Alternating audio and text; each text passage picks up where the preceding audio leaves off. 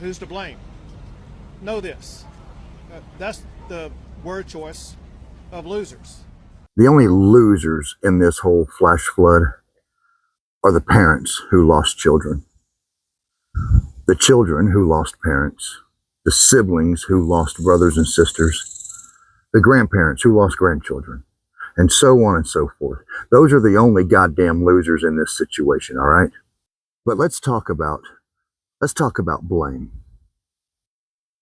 and why Greg Abbott and every other official has acted like a complete asshole to the media over the last couple of days, because the media wants answers. Well, I'm going to give you those answers, and they're not pretty. We're going to start off on July the 2nd, 2025. About 36 hours before the actual event. What do we know about July the 2nd so far? We know that state officials did an inspection at one camp, and I'm not going to name that camp because that is one of at least a dozen camps on that river. That's not the only camp that was affected.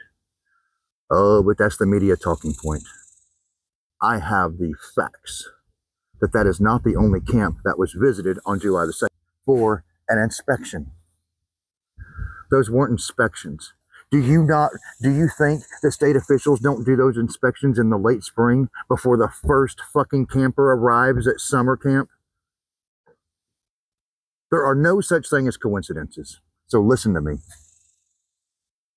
Those were warnings. Make sure you have an evacuation plan. We are expecting a flood event. They didn't realize it was going to be as bad as it was, but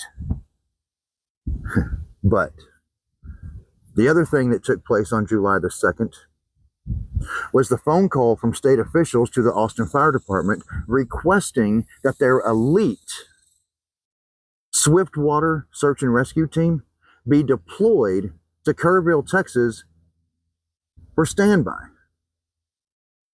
That took place on July the 2nd as well. We know that because in today's mainstream media, we're hearing about what a dirtbag Chief Joel Baker is because he denied that request. Well, he is a dirtbag for that.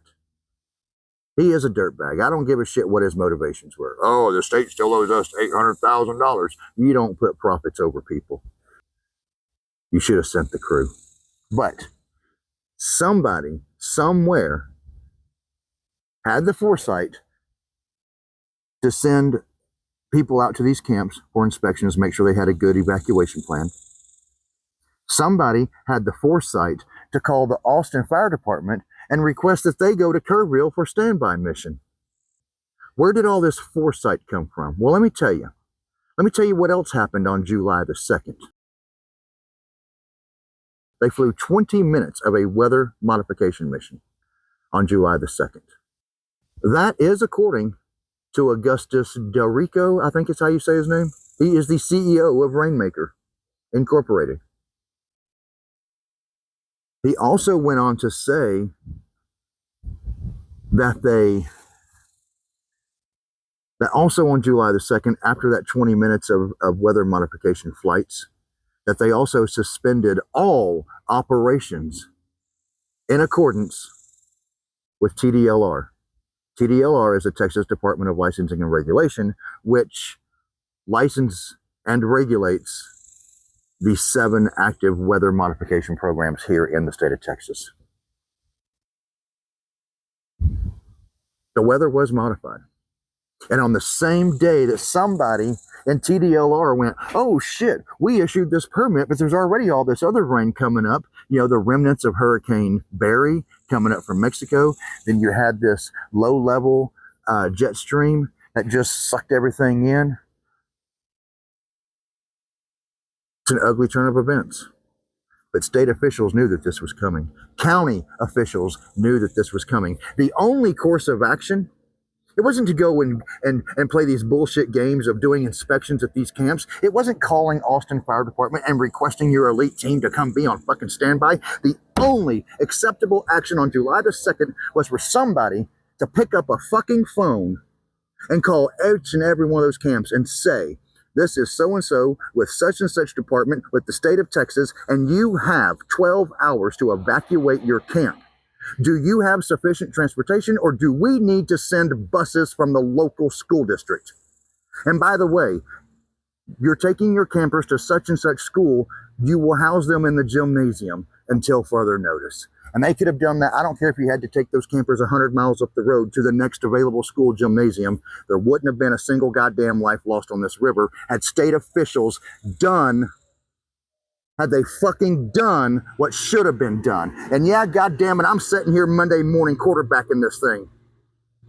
But Jesus fucking Christ, it is common sense. Common sense. This isn't a problem about no sirens and the politics of that going back decades. This is about the 2 days, the 36 hours leading up to that flash flood. People at all levels of government, including federal, the National Weather Service and NOAA was all over this. They're not understaffed in Texas. Don't listen to that mainstream media bullshit.